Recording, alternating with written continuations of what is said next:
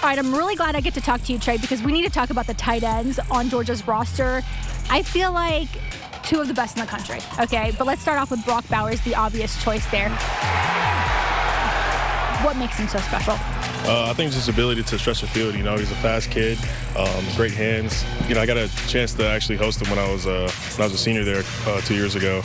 Great kid too. So I mean, his ability on the field, just being able to stretch the defense, I would think is a biggest asset. Did you know when you were hosting him what kind of player he was? He came in as a true freshman and surprised all of us. But you might have known. So did you? I actually didn't know at all.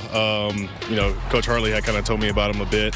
When I came back, like my pro day and stuff that year, they were in spring ball, so I got to see him a little bit, and I could tell how good he was then. But prior to, like, while I was hosting him, no, I didn't know at all, but great kid. So great kid, special, but, you know, since you've played the position, you know. When you watch him, is there something that he does that, let's say, other tight ends might not be able to do? Well, I think Coach Monken has given him opportunities, so, like, he gets those chances and he makes the most of them to make plays, you know, gets handoffs and stuff in the backfield, getting screens. So I think just that ability to get opportunities, he's make the most of them. Big O. Let's move on to Darnell Washington. He's injured right now. We don't know if he'll actually play on Monday. More of a traditional, I guess, tight end. He blocks a lot, but he started off as a receiver. That was one of the things that he said he had to learn to do was block. Right. But he's very good at that. Yeah, he's very good. I actually got to play with Darnell. So, you know, him coming in as a freshman, you know, we worked together a lot, and I think he's definitely grown in that aspect as far as blocking and taking on that role. But being able to do both things just makes him more valuable for the league. All right, Mark, I'm going to start off with a tougher question. If I tell you Georgia's defense has struggled defending the pass, what would you tell me?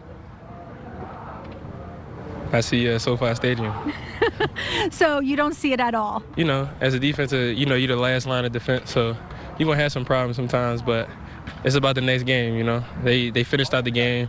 They got things done. We got the dub. Now we're going to SoFi, so we'll see what happens against TCU. Were you surprised at all to see how close the Peach Bowl was? No. I knew Ohio State was a great team. I know they're great. They're a blue-collar college, and everything they do over there, I knew to expect that they were going to come out to play. And I knew they had great receivers, and Marmon Harrison, being from Philly, like, I worked with him, so I knew he was going to give us a day's work, and he did. But the Dawgs still came out with the win. Tell me, I know that you're on defense, obviously, but the receivers on Georgia's team right now, how good are they?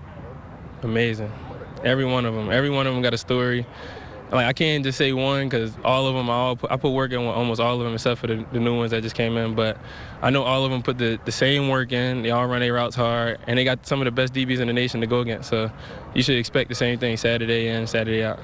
So you don't want to tell me about the receivers specifically, but what about the tight ends? Darnell Washington and Brock Bowers. I mean, just turn on your TV. Like you see every Saturday or Monday. Every Saturday you see them come in and block it, whether it's blocking, catching screens, whether it's a deep ball, like anything that's asked of them, they could do it, all of them. My last question's about Malachi Starks. He is something special. As a true freshman, he has been so impressive. He's still up for Freshman of the Year. He could still get it. What can you say about his play? I mean, like, just to see him come in as a freshman and be able to, like, just be an anchor in the defense, like, and be able to hold his own early on, and we make it to the national championship. It says like everything. It just, like, what can you say? Like, he's a great player, and he still has more work to do, but expect to see him make some plays on Monday. Give me a final score. Man, 52-0. 52-0. Thank you. So the drop-off from last season to this season, I've seen none. Absolutely none. Why do you think that is? Culture is kind of taking place. You know, it was set before I got there, and we tried to live up to it every single day while I was there, obviously. And we eventually, you know, conquered our goal. And I know those guys are like, they probably take it as a challenge. Like, you know, well, we're not a one-hit wonder. You know, we want to do it again. I know Coach Smart holds them to a high standard, and we'll continue to do so as long as he's there. So I think they bought into it. From what I see, they playing great football. They're playing football like he probably envisioned it, from what I can understand. So, yeah, culture. Trayvon Walker, the #1 overall pick in the NFL draft last season. But let's talk about JC, Jalen Carter. You've gone up against him. What makes him so special? I think he'll go top 3. Yeah, he's an explosive athlete. I think you got to start there. I mean, just the things he can do physically, the way he can run, the way he can move laterally. I mean, he's going to be a problem for a lot of guys on that level and this one. He's a great player. He's a great person. Obviously, it seems like he stepped into a leadership role. A lot of people look up to him. You know, he's a great guy, from what I understand. He's a guy that came in and worked hard every single day. He was just a naturally gifted athlete. But, I mean, he's an explosive athlete. He's physical, plays hard, so he's going to be a great pro. I know you watched the SEC championship game when he picked up LSU's quarterback like a rag doll with one arm and then the other arm put up the number 1. What were you thinking when that happened? I was like, maybe put him down if we get cussed out.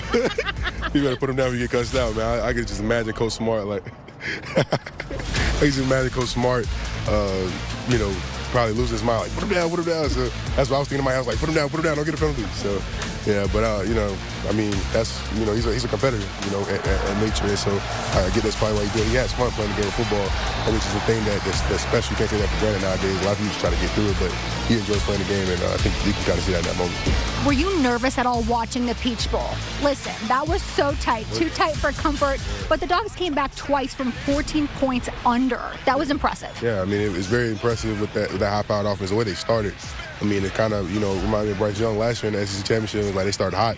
Quarterback started hot. They had the receivers going. So, you know, it was nerve-wracking watching the game. I was watching the game while trying to prepare for my own game in the hotel that night. So, but, you know, I believe in them. I mean, like I said, that culture kind of shined through in the end, that perseverance kind of showing his face, Stetson showing up at the right moment, everybody doing their job. So, yeah, I was proud of him. And listen, I want to give Jamari a little bit of props here. The last time I talked to him, the Chargers beat the Falcons, and he told me, this was weeks ago, the Dawgs would be in this game on Monday. Your final score, what is it, since you can predict the future? Final score.